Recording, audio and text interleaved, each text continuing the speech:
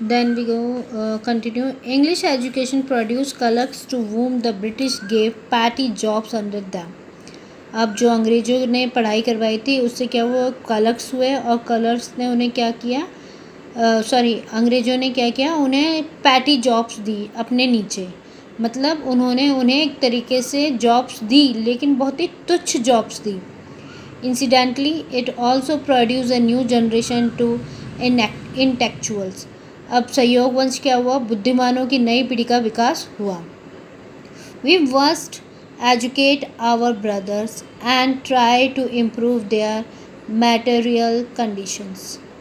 For that we must convey our grievance in the British Parliament. First and all, अब जो हमारे मतलब यहाँ पर जो पर्सन्स हैं उनमें फर्स्ट ने क्या कहा कि हमें हमारे भाइयों को क्या देना चाहिए, शिक्षा देनी है, और फिर भौतिक दशाओं को हमें सुधारने की कोशिश करनी चाहिए। थर्ड, इसके लिए हमें अपनी वेदनाओं को ब्रिटिश संसद में पहुंचाना होगा। ठीक है। Then 1856 the British had conquered the whole of India.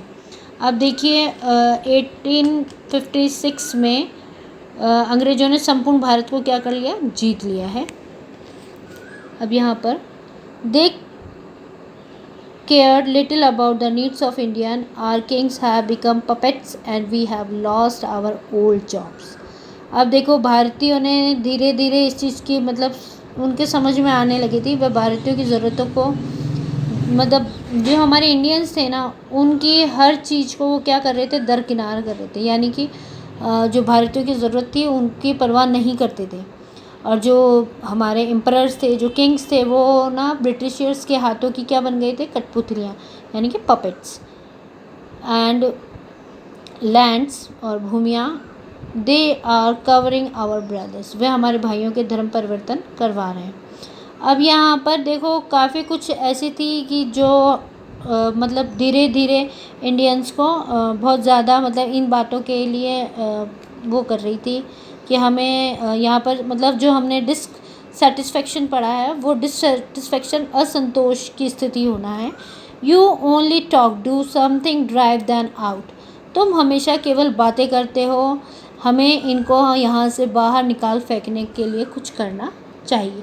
मतलब हमें कुछ ऐसा करना चाहिए, हमें सिर्फ बातें नहीं करनी है, हमें कुछ ऐसा करना चाहिए कि हम इन ब्रिटिशर्स को हमारे भारत से निकाल बाहर फेंकें। ओके। देन द स्पार्क, चिंगारी, 1855-57 there continued to ruin the peasants in Bengal. The Santhal had lost their lands under new land rules, become dispirited. In 1855 they rose in rebellions and massacred Europeans and their supporter alike. बच्चों यहाँ पर देखो सबसे बड़ी और सबसे हमने जो देखी है वो हमारे पास 10 पार्क, जो कि मतलब एक तरीके से लड़ने की एक योजना, एक चिंगारी जगी।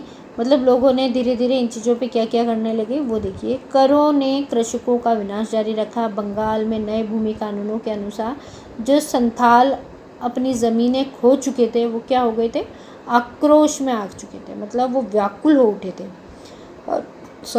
और 1855 में उन्होंने विद्रोह, मतलब एक तरीके से आप देख सकते हैं जो विद्रोह होता है, विद्रोह की स्थिति आ चुकी थी, विद्रोह करने के लिए तैयार हो गए थे। Okay everyone.